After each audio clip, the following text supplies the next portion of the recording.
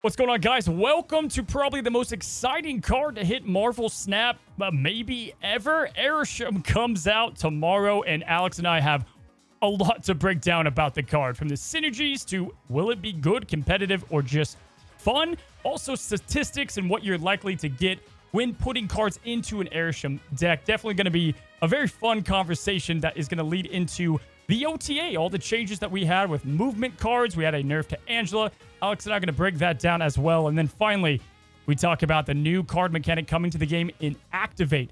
Alex and I's thoughts on that. So you definitely have a jam-packed Snapchat. We're going to talk about that all today more. In fact, on the Snapchat, and as always, I am joined by the one and only Mr. Alex Coccia. It's the 1st of July. It's officially in the summer. It's hot. We got the 4th of July coming out this week. Coming out like it's like a release. And if I'm not mistaken, you got a little special day happening over there too. That's right. Today is actually Canada Day. I know the 4th of July is America Day, but like at the end of the day, it's a good day to be American and Canadian. Both of us. We're together. Fireworks, man. I don't know. Living on the continent over here. Yeah, hey, first of all, America Day, much better sounding than 4th of July. It just sounds way more like America. My question is about Canada Day, right off the rip, right? Traditions. Do you guys have traditions? Are you eating hot dogs at a picnic with the fireworks? Like, what? Hit me with some culture that I'm unaware of. We go outside to a picnic area. All the families get together. We swap bottles of maple syrup. And then we have a maple syrup chugging competition. Okay. To see which grown adult can drink. This is so patriotic. Wow. No vomiting. And then after that's done, we put up a piñata. But the trick is that the kids think they're going to get candy from the piñata. But when they knock down the piñata, it's actually also filled with maple syrup. It's more syrup. So then it just kind of oozes out and everyone's kind of sad because they get covered in the maple syrup.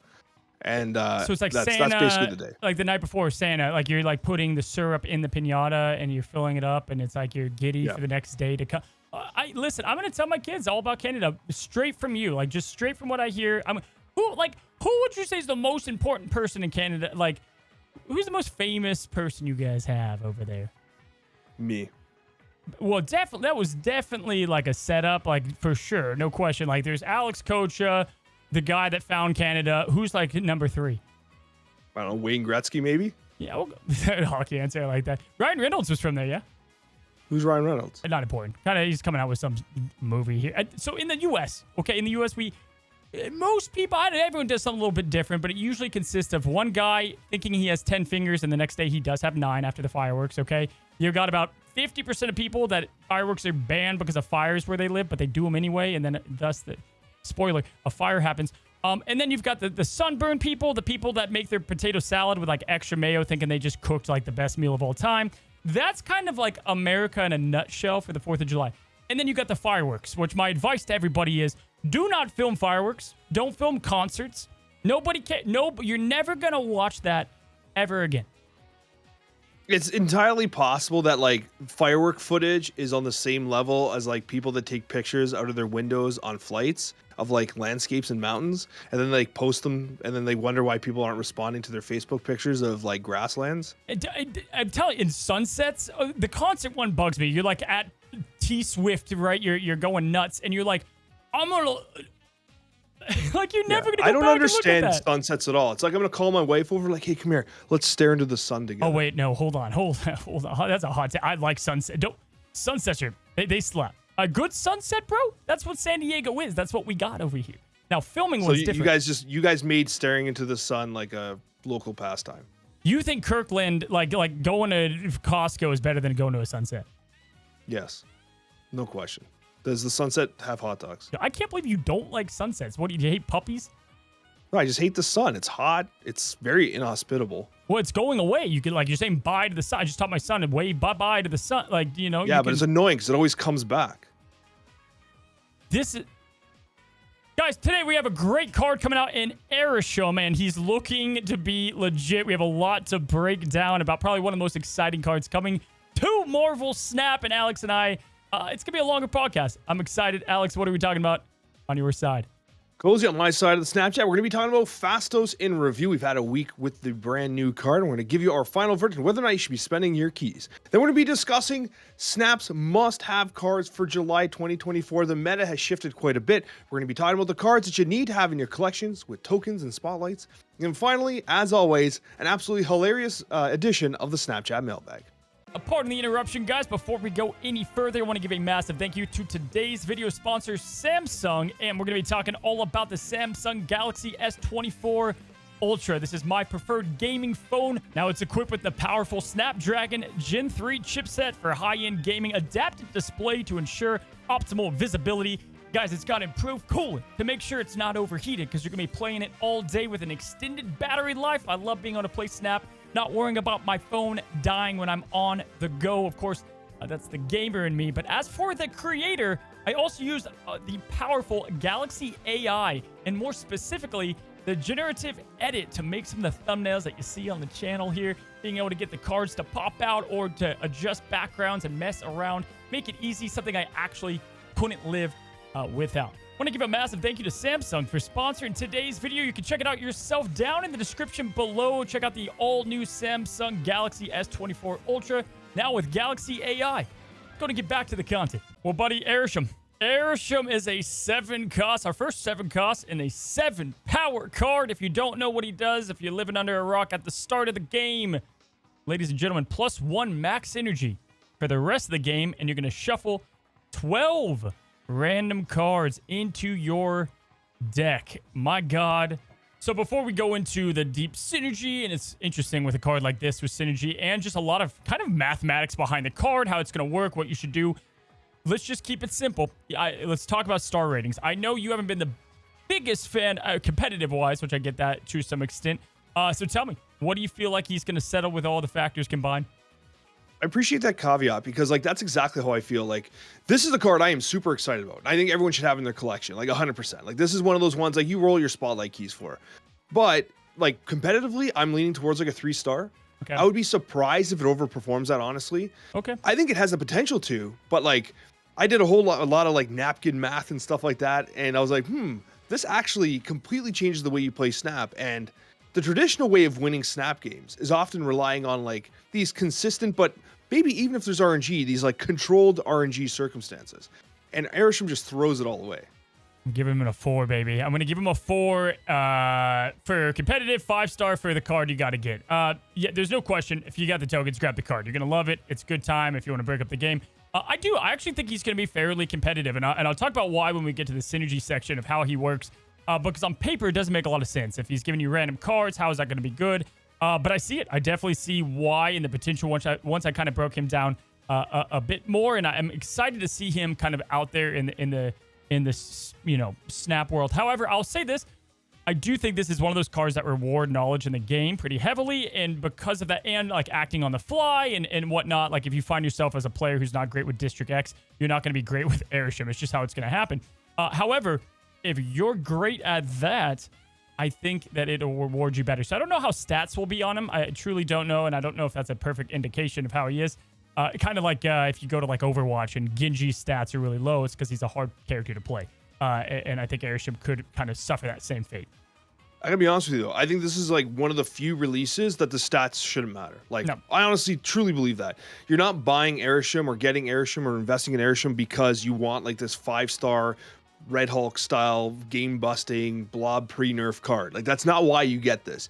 You get this for the same reason why we often talk about why Thanos is an important card to have in your collection. Yeah. Why, those types of cards that completely shift the way you play this card game are so important. It's a whole style of playing this game that you do not unlock with any other card other than Arishem. It's an archetype defining, an archetype creating card. That's why you get it. Yeah, and it reminds me of High Evo, because when High Evo came out, we thought he would be good, but we weren't like, this is going to be the best card ever. We thought he would be pretty good, but one that you should add, and then it in turn ended up being a great card. They had to nerf him immediately. I don't think he'll be nerfed immediately, but I think it's going to be the same. Fun card, but also competitive. And there's a lot to break down here, guys. I do think this is the card of the year for fun entertainment, but also just for its complex design. So let's talk about it. Now, on average, you're going to be building your deck with Arishem. Arishem being one of the cards. You have 11 other cards to make work with him. And there's going to be some prime contenders at least on paper that we have, and that me and Alex are going to break down, that we think should be in almost all of your Arishem decks. Like, they're going to give you a higher chance of winning. They're going to give you just better tools to work with all the randomized chaos. So we're going to break those down. But before we did that, I wanted to get down to some numbers, right? And there's first of all, I want to give a shout out to F300 Zin. I think I'm saying the name right. It's a Reddit user. They did really great work. I didn't agree with all the document, but they did a good job like breaking down Arishem and kind of their thoughts on it before it came out. And some of the interesting data that they had on here was, first of all, let's talk about the cards at every cost, right? So you have 2 0-cost cards, all right? You have 43 1-cost, 56 2-cost, kind of a nice little bell curve, actually, when you look at it. 65 3-cost, which actually blew my mind that there's that many options for Silver Surfer, and people still thought fastest would be good. 45 4-cost, 39 5-cost, 28 6-cost, and then 1718. So what's interesting about this is obviously the median of that is going to be 3-cost. It's going to be the most average card that you pull from a lot of that. But even more interesting is, on average in a game, you're going to draw about 4 or 5, mathematically, cards from the deck that you designed with Arishem, and then 4 to 5 Arishem cards, which is really cool. Or 37.5% chance, it says, when usually it's 75% chance to get access to the cards that you put in the deck. That's not as bad as you think. 4 to 5 of the cards that you want in there, if you give them purpose, it's going to be pretty solid, man. What do you think about the math there and kind of overall the stats behind the Arishem? Well, I'm glad my napkin math actually came out pretty close to that. But like, the idea is that like, I think it completely shifts the way you approach deck building. Like, obviously, because when you're playing Marvel Snap, it's like, well, is hell at the bottom of my deck? Like, there's so many circumstances where you're relying on that card draw. Specifically with the later turns, you're pulling into that card draw. And it's one of the reasons why a card like Iron Lad is so impactful, because you're reaching into that deck and you're reaching into it with a higher percentage on turn 6 or 7, right? Yeah. When you like completely upend that, and you're only drawing less than 40% of the cards that you've actually built your deck with, right? Yeah. It actually completely modifies the kind of cards you're putting in there, because you can't play a card that you actually have to rely on. You can't, this might be the only shell. Arishem might be the only shell where you can't play Nihilus.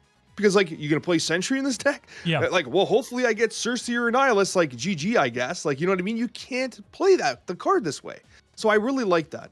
Yeah, somebody said, like, if you get good cards from him, be, like, pleasantly surprised. And I don't know if I agree with that. I think there are more good cards than bad, obviously, in the game. I get it to the point of, like, you're going to have to make a Hell Cow work in certain situations and different, you know, again, it's on-the-fly thinking with what you're trying to do.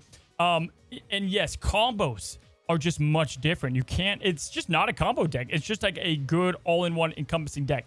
Listen, you're adding in 12 random cards. That's the con. The pro is you're making it up with bonus energy every single turn. And I wanted to talk about that too, because guys, if you think about it, right? The early turns are the biggest difference makers with an Arishem deck, okay? I'm not exactly a mathematician over here, guys. I'm a YouTuber for a reason. However, turn 1, you literally have 2 to the 1. So we'll talk about this in detail, but like a Quinjet I was excited about, but then I'm like, man, you're not going to ever really play it on curve because you want to get out running. You want to get the ball rolling right away. Turn 2, I think it's like a little bit, yeah, 30, whatever, right? It goes down as the turns progress, and you have that height and that advantage right off the rip. And so playing 2 costs is going to be more important than ever to get the ball rolling, and then 3 costs and so on. But no, you're right, man. It's Arishem, I think, is going to be, it's interesting because, like, you kind of forget. Everyone's fixating on that 12 extra cards. But no one's really considering, like, hey, you actually have 1 extra energy. So those random cards you're getting, you're able to use them more often and earlier. Because if you get a random 3-drop, which is apparently 60-something of, which was actually surprising to me, right? Yeah. You're able to play it on turn 2. You don't have to hold out till turn 3. You're able to start, like, kind of generating that momentum earlier with this card. And so, like, that's a huge consideration. Yeah, it combines, like, think about when you play Ramp, okay? When you play Ramp and Electro, what are you trying to do as fast as you can? Play 5-cost cards, right? Because immediately Electro's down. You need to make up that advantage of playing Electro on turn 3, a card that took you down. Why Jean Grey isn't so great is turn 3, you burn her, and it's like, oh, man, making that up is pretty tough because there's not a big difference between you and your opponent. You both have to play there. With Electro, you get that big swing, and Arishem's the same. So, like, right off the bat, the example that I love to see is Wave, right? You get a turn 2 Wave. Wave is in your deck. This is a winning line almost all the time. You get to play Wave on turn 2, okay? You make everything 4 costs. Turn 3, you get to play a 5 or 6 cost card. Turn 3 of 5 or 6. If you have a Doom on the board on turn 3, it's very tough for your opponent to make a comeback from there. Like, just that simple synergy of Wave plus any of Arishem's cards and or ones that you put in the deck yourself is a prime example of getting ahead of your opponent early, often, and not leading, like in the NFL, man, just outscoring them so much that their confidence is so much down because you have a huge advantage and a higher score. I mean, but it's so risky, right? Like, I love the wave call out, for instance. I think we spoke about it when we first were talking about this card, but like mathematically, like we're doing way more math than usual today. It's funny, but I did the math on like I think it's about 16%, right? In order to draw any given card in an Arishem deck on turn 1, right? Yeah, in turn 1, 37.5% in the course of the game. Yeah, so then, but the thing is that means that you would want wave on turn 2. Yep. So what, you're talking, 20% maybe chance that you actually have 1 in 5 games? Yeah, 100%. So but this is what's cool is you fill the deck with a bunch of these little options, like where there's a bunch of little micro decisions you can make, but then you have the added factor of Arishem giving you just cards you can also play in addition to, right? Like, that was my thought process. It's the opposite of combo. You don't try to do these combos, but you layer them in there. Wave is fine, right? Like, Wave being in that deck is going to work with the cards that are in there anyway. You need these kind of, we say it all the time, but like plug and play options that work in this sphere of Arishem. So I wanted to get the ball rolling and give you kind of, I don't think you're going to be that surprised, but I wanted to give you probably my favorite of the bunch, or at least one of them with Arishem. Do you have any guess of who it is, of my favorite synergized card? With Arishem? Yes. I mean, I'd throw Blink out there? Maybe? Oh, I like Blink. We'll get to Blink. I think Blink and Jubilee, I've seen people talk about them a good amount. Bro, right here in his pixel goldness, I think Agent Coulson might be my favorite Arishem card, and we'll tie it to Loki in a second. But Agent Coulson, I think card generation is really vital in this deck, all right? Because first of all, you get to play them out early. Awesome. One of the things we loved about Zabu in the past is having, that access to a couple 4s, nice and cheap. With Agent Coulson, you're just going to give yourself more options, and dependently good options, 4 and 5, with that extra energy. That's vital when you're having to deal with a bunch of crap, right? Because you don't know if you're going to get crap from Arishem. And so Agent Coulson, yes, he could give you additional crap, but there's also a chance to further your winning percentages of giving you great 5s. There's a lot of great 5s. Almost nearly all of them are great, all right? And then 4s, we know too. A lot of safe options at the 4-cost slot as well. Cable, right? We've talked about Valentina. Cards to utilize this energy with, I think, is important, and I don't think hand size is going to be a big issue all too much. And then all of that, buddy, every single thing leads into Loki, because I think Loki is the ultimate Arishem card with Coulson, with card generators, and with the randomness that on turn 3, blink of an eye, you can go ahead and change up your hand and immediately have discount with extra energy and just overwhelm your opponent. There's no question that Loki is an absolute auto include in these decks, for sure. I think that Loki is an excellent call here. I think that Loki is an excellent call in the meta right now, as it is. Like, I think that it's a very high skill cap card, and I love this call out. And what's funny about what you said about Agent Coulson is on my list, I don't actually have Agent Coulson, but I think you're right, because I included Nick Fury. Yeah, it's like, the I new get Nick Fury. a similar thought, right? You have 1 extra energy, you're getting 3 6-drops. What are the chances that all 3 of them are dog poo-poo? Yeah. Probably nil. Like, there's going to be one you could play, right? You're going to get a Doom or a Magento or something. There's got to be something there, right? Yeah. So I didn't go the Coulson route. I actually went the Fury route, but hell, why not include both of them? Yeah, no, seriously, I would say a couple card generators is an awesome way to go. And that brings me to Quinjet. Quinjet, I'm up and down about, because in theory, getting Quinjet on 1 it's kind of like Sunspot. Like, they're just weird uses for the extra energy. Yes, getting Quinjet down, I think Quinjet is a fine card to place in the Arishem deck. Don't get me wrong. You're going to get the discount on top of it. But how many cards you're going to have in your hand, the way it's going to work with curve and getting ahead, for me, you'll be playing Quinjet probably maybe turn 2 with another card, potentially, like with another, 2 cost, 3 cost. So it's interesting to me to see how this is going to work out with Quinjet involved, but I do think, the Loki and the card generators are going to be some of the bigger winners. But there's so much more out. There's so much more, buddy. Do you want to go to kick us off with another kind of synergy with Arishem? Yeah, right off the top here, I got to tell you, I knew you were going to bring up Quinjet. Quinjet, a very common synergy we're talking about. I have pre-prepared a statement on Quinjet. Hit me. And that I have pulled the parachute Boom! On Quinjet, I'm out. I'm out on Quinjet. I'm not going to play Quinjet in the deck. So, okay, because yeah, what it's extra fair. energy, man? Yep. We don't need them. You don't need them. Yeah, it's overdoing it, right? It's like the double Wong. You just don't need it. It's fair. Yeah, and we already talked about, like, you have a 16% chance to get them on turn 1. Like, you can. And I think what this whole conversation has really boiled down to, and I think you kind of touched on it before, was that you almost want cards, like in your starting 11, so to speak, talk about soccer terms. Here we go. Starting 11, right? You got Arishem and 11 others. You want cards that you feel like you win when you draw them, but you don't necessarily need to rely on them for the strategy to work. You know what I mean? That's kind of what we're looking for. Yeah. Cards that, like, I got my Fury, I got my Coulson. This really helps my engine kind of go. Might I even? Oh man, okay. I'm not coping here. I'm serious.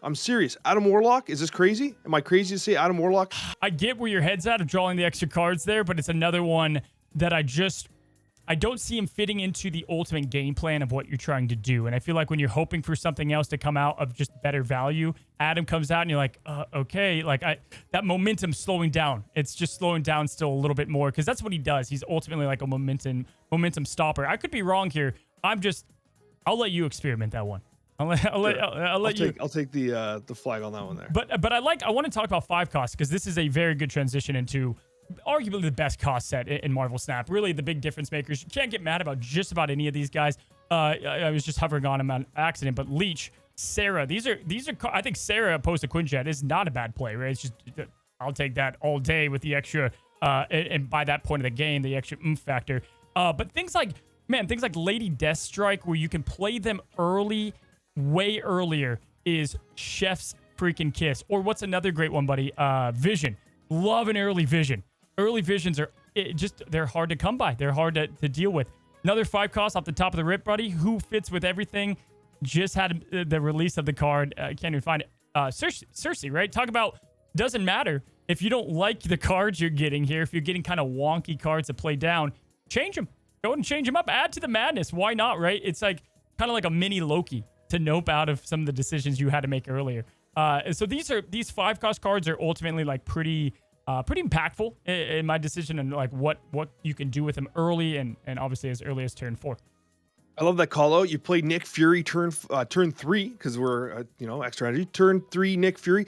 Turn 4 you Cersei on top of Nick Fury. Nick Fury turns into MODOK, blows up your hand and you retreat. Done. That's what we're talking about. Chef's kiss. That is chef's like making out at that point. There's chefs kissing all over the place as that's happening. Is that how the saying goes? But you're forgetting the Nick Fury gave us Apocalypse, so now you're just pumped because you get the Apocalypse building up in power, baby. You're up there. You're ready to go. You're good to go, man. You get 2 of them generated. Why not? One from the Arishem, one not. But yeah, I think some of those plug and play cards are definitely gonna have some good favor. I mean, Legion. There's just cards playing early often, not a big deal. And here's the thing, dude. May we not just forget, and it's at this point, I think we have a contender of like the new Jeff in Marvel Snap, just like the best card, near the best card of the game. I think Mockingbird has pretty much made that statement clear now for the last few months. Mockingbird's just a stupid good card in the game. Stupid. Absolutely incredible. Make her 6 cost, bring her to 8 power. I don't care. She's just good. She's stupid good. She's really solid, and is this her perfect home? I think it is, honestly. Like, there's a couple cards I feel like you have to have them in the Arishem decks, and Mockingbird's definitely one of them. There's no question about it. And the thing I like about Mockingbird is if you hate Mockingbird and you think it's OP, there's a card for that. It's called Triple M, and just play that and stop crying, right? Like, you know what I mean? Like, we have a direct answer for that problem. So Mockingbird, I feel, is very fair, but incredibly strong. Incredibly strong. I love the card. It is an auto-include, 100%, I agree. And another auto-include I want to bring up is a card that kind of like fell off in terms of meta relevance, I think. And I think Blob is probably pretty legit here because Blob's doing 2 things. One, he's going to get big. He's going to get big. There's so many damn cards in the deck. He's got to get big. The second thing he does is there's going to be another 5. You were just talking about 5 costs, and we'll kind of dive into why Darkhawk might be such a valuable addition to your collection when Arishem comes out. But Blob kind of counters that a little bit. Blob gives you that little bit of counterplay. If you're playing Arishem and everyone and their grandmother is playing Darkhawk, you might be able to counterplay that a little bit with the Blob, which I think is a nice little play. I love that you transition into this because Arishem's going to be played at a ridiculous play rate. I'm telling you, man, we saw it when High Evo came out, like everybody was playing it. I think it's going to be the exact same thing here. Blob is a great call out. Before I go into the Darkhawk conversation, because that's a great transition, with 6 costs, I think Blob is definitely made his impact known and a card that you want to have in there. What what other 6s you going to throw in your Arishem deck? For me, it can't be too many, right? The 2 that I'm up in arms about deciding between, or there's a couple, I guess. For one, She-Hulk, it's the opposite of Sunspot, and I'm like, man, with that extra energy, you could play her down as early as turn 3, right? Because you skip turn 2, play her on 3. Sign me up, man. That's really cool. That's awesome. So I'm struggling between her, Sasquatch, which are similar cards, and finally Magneto, right? Magneto, playing early Magneto to clog him up, I think is really, really cool too, of interesting tech of a card you usually play late game. Of those 3, kind of rank those. Like, do you think those make the cut? Oh man, it's hard to say. Like I was thinking about like Sasquatch, and the challenge that I think is potentially problematic is that like you're probably gonna have a small hand unless you draw into your hand generators. So there's a good chance that while you can get them out early, I don't think it'll be as discounted. Because you're likely to be, you're able to play on curve so much more effectively with Arishem, because like, again, you're a turn ahead from an energy perspective, right? So that 3 drop sitting in your hand on turn 2 doesn't just get like, doesn't just wait, you get to play it out. So I don't know if you have the hand size and the ability to play cards down as rapidly. That's why I was talking about Adam Warlock, and that's why the card generators are so important. You got this extra energy, you got to use it. She-Hulk, again, you have this extra energy, but you're probably capable of using it. But if you start to run out of hand space, you might be able to float some energy to kind of set up a board state where you can attack with She-Hulk and another card, or have that flexibility. I think helps a lot. Yeah, I like the idea of She-Hulk as a fail-safe. Like if you go into turn 4 and you don't like your card, just skip it. On turn 5, you could play straight up just She-Hulk, right? Or I get, yeah, that would be for free, plus one of the cards that you drew into. It's kind of like a fail-safe. Whereas, you know, and that's where it's like, the problem I don't like Sunspot is you're hoping you get him early. I don't know if that's going to happen. Whereas She-Hulk, you can kind of get towards the later end. That's okay. That's my thoughts there. Sasquatch, 100% agree with your take. That was mine as well. I think Loki, in the perfect world of being able to get Loki, change the cards, Sasquatch is still in the deck, then you got something cool going on. You had the card generation going, you know, maybe Snow Guards in there, whatever, right? Again, I think all card generations cards, are, it's a mouthful, but are going to fit in Arishem decks. But let's address what you talked about with Darkhawk. You don't get Arishem, you're now a Darkhawk player, guys. You're now a Darkhawk player. And that to me screams, you gotta probably have Blob in your deck, because you lose a lane flat out to Darkhawk.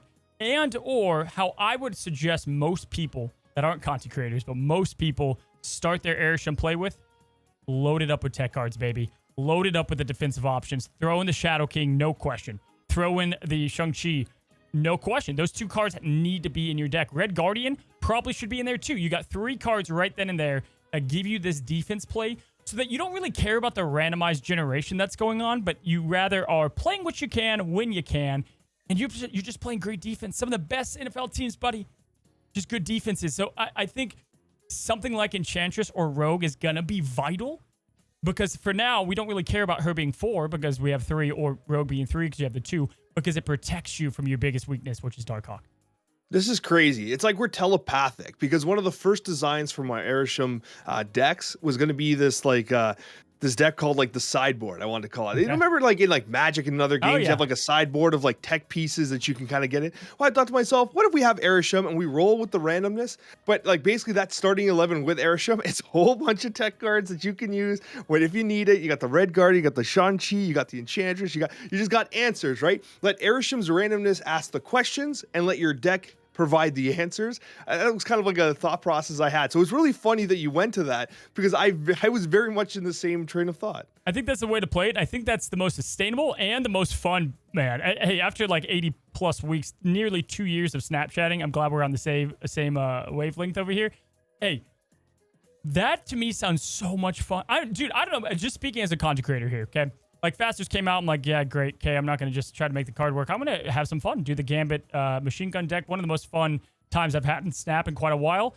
I'm just pumped for the content perspective of kind of like this mini draft mode, right? It's like a mini randomized game mode within a game mode. And it's so cool. It's so different than what we have. And doing the tech cards gives you this option now of this randomized stuff. So in conclusion, Alex, if you were to only pick 3 cards that should be in every Arishem deck, who are the 3?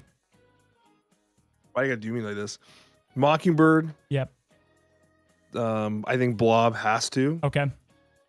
I'm gonna go Blink. I know Blink over Loki. Okay. I don't like what you're doing to me here, but I still think Blink's important, because Blink lets you reach in and then consistently hit. Like, you don't know what's in your deck, Yeah. but you might consistently hit like a 5 or 6 drop. You know what I mean? You're pulling something of value out. Like, it might be a Zola, but like you're going to be pulling a larger card out of your deck, and I think that might be helpful, especially if you get like, well, I got this kind of crappy card. I don't know. I'm going to play it down, I guess, and then like Blink can switch it into something. I think that's what it worries me, to the sense of Cersei, though, where it's like, but then all of a sudden it's like, yeah, the Destroyer could come out, whatever. Where you're just like, yeah, and so I see it 100%. I do, because the odds of you having a 5 or 6 are through the roof. You're gonna have one of those cards to play. You can play it early, and hell, you can play this on turn 4. So even if it's a Destroyer, whatever, make up for it. Like you have 2 more turns to make up for it, right? I might wheel my statement in, just kind of fish it in. I'm gonna pull Blink out. I think I'm gonna go back to Loki. You're gonna blink Loki 4. out. You talked me out of it. You're gonna blink out for Loki. It's the inverse of what Blink did. So the reason I like Loki too is something as simple as a card that I still can't believe is ignored to this day. It's like, it's the new Captain America in my eyes, is White Queen. Talk about a card that's just garbage, but with Arishem and with a Loki, dude, turn 3 White Queen, guarantee taking a good card from your opponent that you need, because you need somebody who put a deck together to make yours more sound. And I just wanted to bring up this variant. But dude, I think, no question, White Queen could actually make its way into Arishem decks.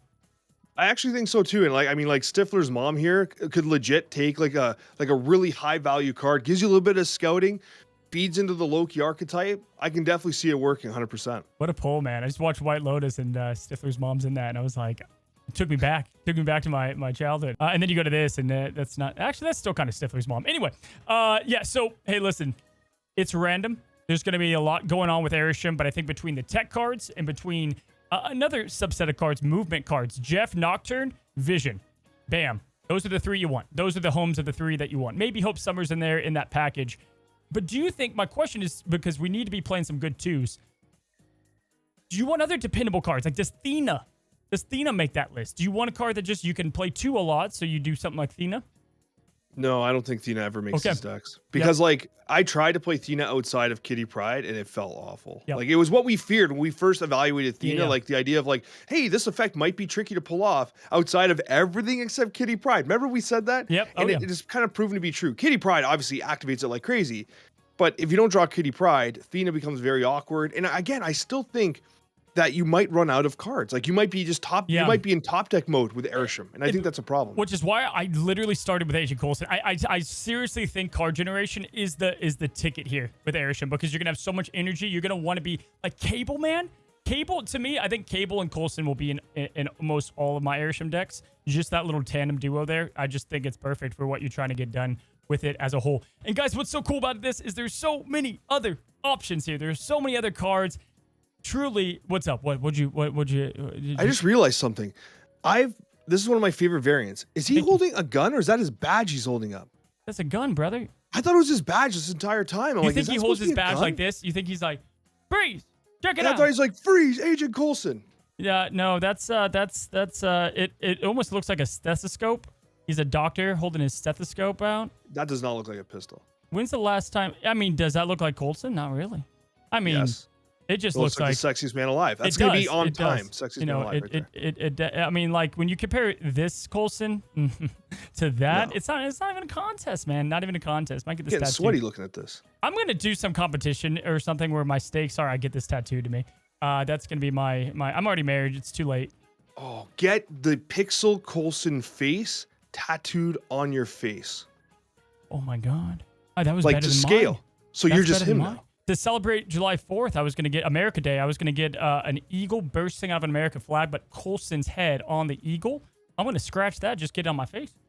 Oh, that's beautiful. I love this. I can't believe we didn't do this already, guys. Like, this is. I'm actually upset you haven't already done this. Hey, listen, it's coming. We're going to have a stakes battle, high stakes battle between Alex and I. Loser gets a pixel tattoo. You going to get the MODOK? Yeah. Pixel MODOK, right where you think I'd put it. On the butt cheek. I can't say. I was gonna say I can't say on this podcast. Well, buddy, hey, outside of Pixel MODOK on the butt cheek, Arishem, bound to be fun. Bound to be one of the most enjoyable cards in Snap for a long time now, and I can't give it enough praise. I'm just excited about what it means. And oh yeah, we kind of forgot to even mention he comes with 2 spotlight cards in. Who is it? Is it Hercules and who else? Black Swan. Yeah, Black Swan is in there. It was kind of interesting, I guess. I mean, I think okay. Black Swan might be interesting because I think it is a candidate for the new activate mechanic. Dude, I was going to say this. I was about to say She seems like a perfect candidate for that. We'll but before we do that, Uatu and Umbaku not coping going to be in my Arishem deck. No, don't do it. Don't do it. Listen, I can make a case. Oh, so here's the deal. I can make a case for the Watu's kind of fun. Like, it's just kind of fun to see the locations. I could understand that to some degree. I think at the end of the day, M'Baku, like, he's a 1-2. I don't, because you pull him, like, it's gonna be guaranteed. If you play M'Baku, he's gonna be in your starting hand, and he'd be like, the statistical lot, it is always gonna be in there because he knows. He's right at home. He knows. He's right at home. It's like faster than Quicksilver. Yeah. What about Fastos? All right, we'll talk about him later. Okay, let's go to just the straight face when I mentioned Fastos is 10 out of 10.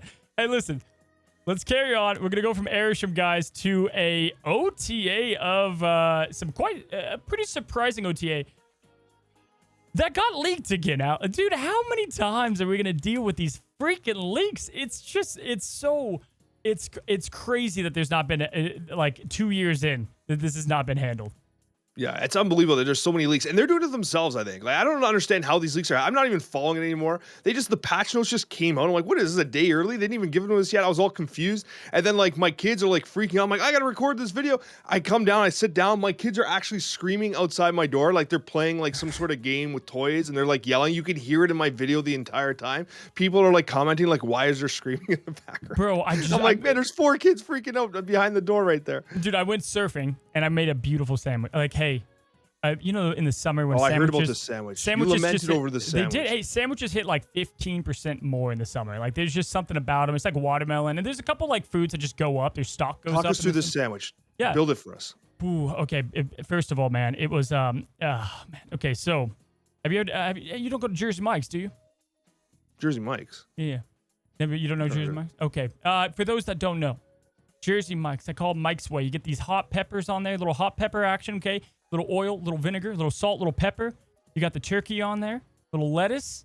But it's all about the bread. At the end of the day, if your bread's not perfect on your sandwich, it's a BS sandwich. Oh man, that sounds like a good sandwich. It was good, and I didn't finish it because I had to go film and sad. And get it out there. Probably the lowest production video I've ever put out too. It was just like, I called Alex right after. I'm like, what was that? What happened? What's going on? But it was quite the OTA. It was actually like a crazy OTA to get leaked. Talk about it was actually incredible. Like, it was a really good one, man. It was juicy. Let's start out at the top of the top. Only one nerf to be had within the OTA, and I love it because, like, I can't tell you how many people screaming from the rooftops, a Marvel snap with Angela is Marvel snap. Angela's back. I think we were echoing it, and then we forgot why they they changed her bag because of just how impressive she is. Like, she is like the plug-and-play card. She's just the plug-and-play card. 25% of games had Angela, bro. That's comical. It's kind of funny to me that wasn't it like a 2-0 that gave +1 power before? Like, talk about an absolutely brutal nerf, and now it's a 2-3 with +1. Yeah, that's a 3 power baseline difference. Like, what, like the nerf to where it is now is. Yeah. But like, Angela's were getting to like 12 power like so easily. It was so high. But like, in only one archetype though. Like, no, I shouldn't say that because like the Silky Smooth style deck still played Angela and stuff. It's good everywhere. And those 3, bro. Now that Thena's in the mix too, like those can just be into every deck. Like, it's the problem with the move cards, right? Because like Jeff and Nocturne, these are already really good cards to begin with, and then you mix those in with something like Angela, Hope Summer. Like, it's just this package of like 6 that need to be in like every deck build, and it just felt like you had such a great starting chance off without it. But yeah, definitely, I don't think I was mad about the Angela change. I think this was more than fair. We still see her play rate just fine, and she's not going to be the must-have card. I do like a very strong card that is early obtained. I think that's like a great thing for the game. I think it's good for most people. Very interesting. What about Hercules, our first buff? Let's get right to him. Let's talk about... Bless my soul. Herc is on a roll. Hey, yes. Actually good. I think this was a good change. And it was funny. I'm going to give them credit, man. Even in the patch notes, they said, you know what? You guys asked for this. If this is a mess, it's your fault. Like, you want him at 3, here you go. And they actually kind of said that. I'm all for that. Hey, guys, you wanted the most requested buff that nobody actually asked for. Hercules coming down from a 4 to a 3. 3-4, what do you guys think?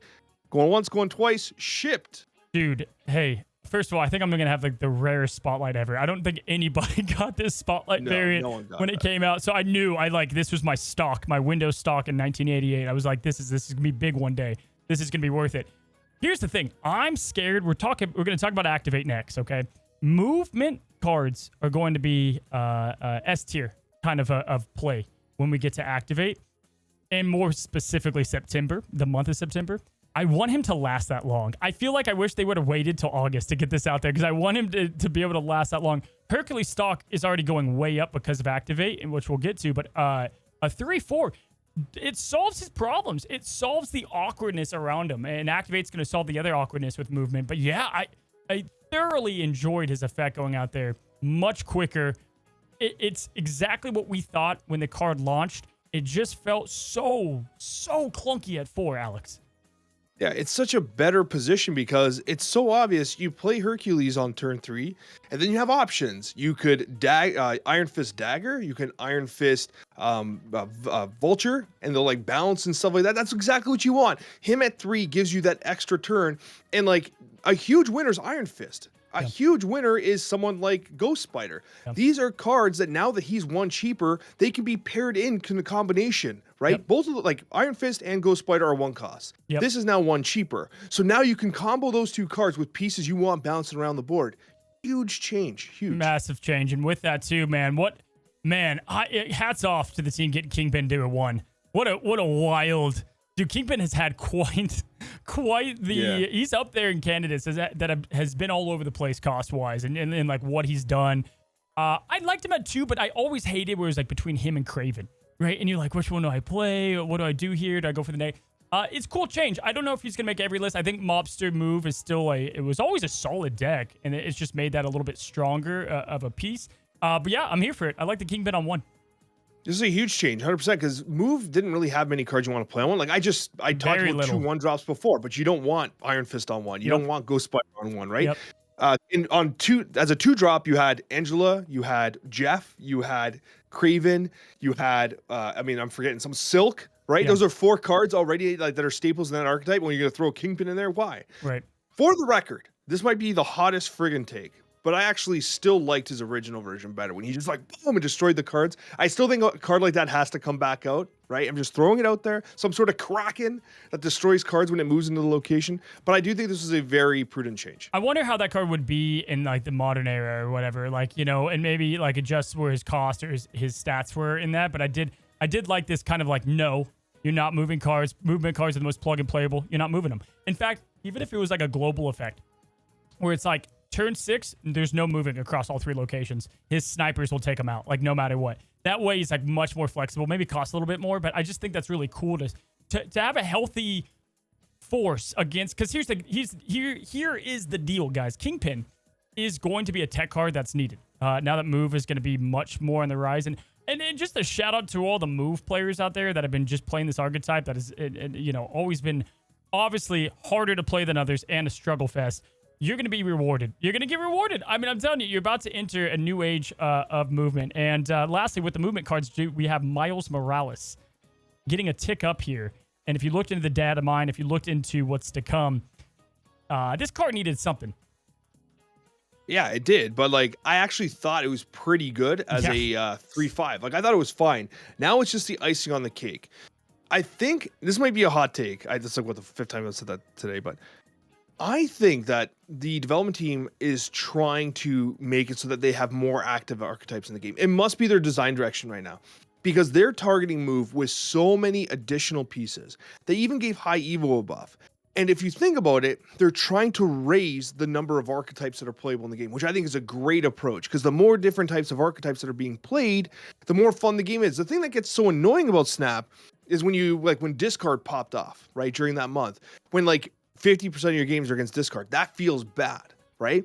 But if you're only playing discard 10% of the time, and then you're playing, 10% is even high to some degree, but you're playing some discard, you're playing some destroy, you're playing against Arishem, you're playing against Move. It's all these different things. Because we talk about the decks we like to play. We like to play variety, but playing against variety is also extremely important for enjoyment. Which is so hard, man. If you look at I always bring up Overwatch, but it's the game I knew the meta really well. And it's like you always saw the same team comp of like the same kind of heroes. And because there's always that finite amount that works and that statistically have the best odds or whatever. In Snap, it's just so much better to have a wide variety. And bro, I can't believe this was our first season pass card. I want to give a massive whiff award to whoever decided, you know what? With all these players in pool 1 and 2 with no good move cards, and move was way worse back then. Way worse. Let's have Miles Morales. Let's have Miles Morales in there, but like, it's just an awful option to have as the first season pass card. We've gone leaps and bounds away from that now. Are you forgetting? Was it Nick Fury the one before this one? Or Yeah, after it? that was in beta. Yeah. So no. Nick Fury led into. I thought Nick Fury led into Daredevil. That led into Miles. Maybe it was the other way around. I think no. Actually, it was Daredevil into Nick Fury. I think into Miles into Black Panther. And I just realized Glenn wasn't even on the team at that point yet. We might be actually calling out Broad. He's just like, all right, these guys are gonna slap the shit out of him now. Yeah, I did. No, dude, Bro would be the first one to talk crap on a card. Like back when I was doing the Wheel of Snap, he's like, yeah, Yondu, who the hell's playing that in their tank? I'm like, bro, you made it. Like, what are you talking about? You made the card. But yeah, Miles Morales, unexpected, and same as High Evo. I think we can say the same for both those. Alioth. We didn't talk about this with Arishem, but I do think Alioth is a very cool card to throw with Arishem as well. Another tech option at that. How did the new Alioth feel to you? I think it's good, man. Yeah, I think it's really good. I think it's good to have it back in the fold. I think it's a fair card. Like, it's got me by surprise a couple times. The 610 power is legit. It's 2 power off of like a Magneto style effect. Some cards don't care about it having their text like removed on turn 6. Others absolutely they get destroyed by it. We're having a lot of decks be these like turn 6 kind of pop off decks. We're seeing some of those come back. And you need that release valve in Alioth. So I think it's a pretty interesting change. People are going to hate it, but it's kind of necessary. Dude, hats off. After what was like a pretty fumble roadmap and everything that happened then, I'm excited because we've now entered July. And we know that in July, we've got the Deadpool's Diner and we've got the Alliances coming out. And we've got a lot of cool flavor and tech cards around it. It's going to be cool. It's going to be an exciting time. And what I'm hoping is that Deadpool's Diner, the way that these high stakes work, is going to encourage you to just play different. Just play different cards, different stuff. Who knows? Maybe we see Arishem in that. But either way, a fun month ahead. And speaking of ahead, let's talk. Let's talk about the future of Snap. And this will be our last topic today. If you guys don't know, I made a big data mine video. Did you make one? I don't know. Did you make a video about any of the stuff coming out? No, I haven't done the data mine video. I released my Spotlight video instead. So go check that video out. But if you guys want to know details about the cards coming out and what Activate is, go and check out the video that I have. It has the a good old Spider-Man with the word Activate on the thumbnail. So Activate, when I saw this, I was more hyped about this than Deadpool's Diner ever did for me, man. I truly think that this is going to change the way that we play the game tenfold. We used to talk about on the Snapchat. I brought this example of how Vision used to be so cool back in the day because the mind games on your opponent, right? Like good old days of Snapchat talking about mind games with the opponent. If you don't know, Activate is on the roadmap, the new ability, and how we think it's going to work, and I think it's pretty much confirmed now, is that you can activate the card by touching it, whatever, and it's going to be one-time usable to get whatever said ability is. Now, what's powerful about that is at any point, let's take example a card, Spider-Man. I guess I don't want to spoil everything, but there's a card where you can copy a clone of that exact card at any point in time. That is just such a powerful thing to have under your belt to have a massive swing on your opponent, to fill up your lanes and then activate it. At any point, I think it as a new card mechanic is top of the top. But even more importantly, it's going to be one of the most powerful rework abilities for OTAs that we've seen. And the way I like to envision it for people that are having a hard time figuring out, it feels like a on reveal effect that you get to lock and load, basically. It's kind of the way I describe it. Yeah. And I just thought, man, if they really want to test it, imagine changing Nico Monaru into a activate card. So you have the effect that you want, you play her, right? And then then she's holding, I'm going to copy a card, I'm going to destroy a card. Oh, okay. Yeah. I like it. I do. I like it. I thought you were saying you play her and then she still cycles the spell and then you activate kind of thing to the spell. Could be that too. I thought like maybe like you play her as like the destroy draw 2. And she's like locked and loaded. And then like you play a turn and then finally you get your Wolverine, you play it out, she destroys and activates it. Okay. Yeah. So the reason why this is so cool, because my immediate thought went to something like Shuri, where it's like, okay, Shuri gives double the power. Not the best example because it's later in the game, but it's like at any point you can double the next card that you play, like when you want to set that up. And why this is so important, guys, is that move is what is the big winner of this. They already have a card announced where you can move the last card you play to the right and give it +2 power, I believe is what it does. Hey, move is clunky because you have to, like, your biggest combos, your biggest moves, you have to hope you get the right things happening, you have the right play order, the right conditions met. To have an ability to set things up like a chessboard and then do all the moves at once, it is fascinating, bro. Absolute fascinating for that archetype and for many archetypes to come. It's going to be mind-blowing. I truly think this is going to open up the landscape of competitiveness and make it way more variable, so many more variables within the matches and games. I think the important part here as well is it opens up design space for them too. Because I don't know if you've noticed, but I've definitely noticed that the language on cards is getting increasingly more complex, right? They're kind of reaching deeper and deeper into the well. There's only so many, like, Hawkeye style effects you can create in a card game. You got to start kind of being creative.